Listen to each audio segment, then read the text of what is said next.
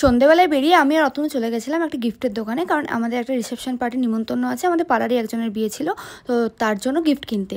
আর আমার জানাই ছিল না যে আমাদের পাঁচমাথামো স্টিল মার্কেটে এত ভালো একটা গিফটের দোকান আছে। এখানে দারুণ দারুণ বাজেটের মধ্যে ভালো ভালো গিফট পাওয়া যায়। দেখো কাকু আমাদের কতগুলো অপশন দেখি যায়, সবই এক একটা হচ্ছে একদম অ্যাস্থেটিক আর ইউনিক।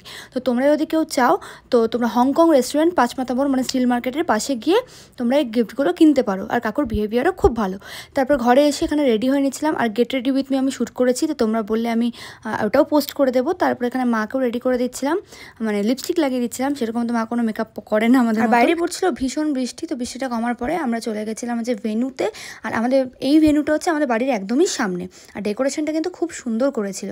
আর দেখতেই পাচ্ছ ঝিরিঝিরি বৃষ্টি তখনও পড়ছে।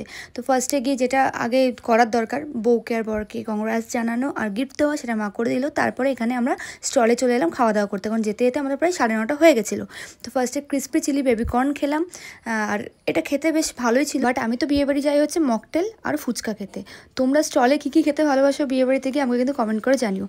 তারপর চলে গেলাম মকটেল কাউন্টারে, এখান থেকে মকটেল নিয়েছিলাম ব্লু লেগান, বাট আমার খুব একটা খাস টেস্ট লাগলো না এটার। তারপরে চলে গেলাম ফুচকা খেতে, মেন জিনিস। তো এখানে ফুচকা খাওয়ার পরে এখানে কাবাব মানে চিকেন কাবাব আর পনির কাবাব ছিল, সেই দুটো ট্রাই করছিলাম। মা খেয়েছে পনির কাবাব, আমি খেয়েছি চিকেন কাবাব।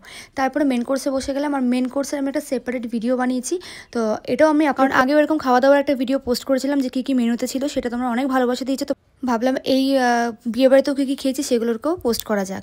তো দেখো তখন বাজে রাত 1-2, আর বউ আর বরকে কিন্তু কন্টিনিউ হাসি মুখে গেস্ট অ্যাটেন্ড করতে হচ্ছে। আমি তো ভাবছি কয়েক মাস পর আমাকেও এরকম করতে হবে, আর আমি এত পেশেন্স কোথা থেকে রাখবো, কারণ আমার পেশেন্স খুবই কম।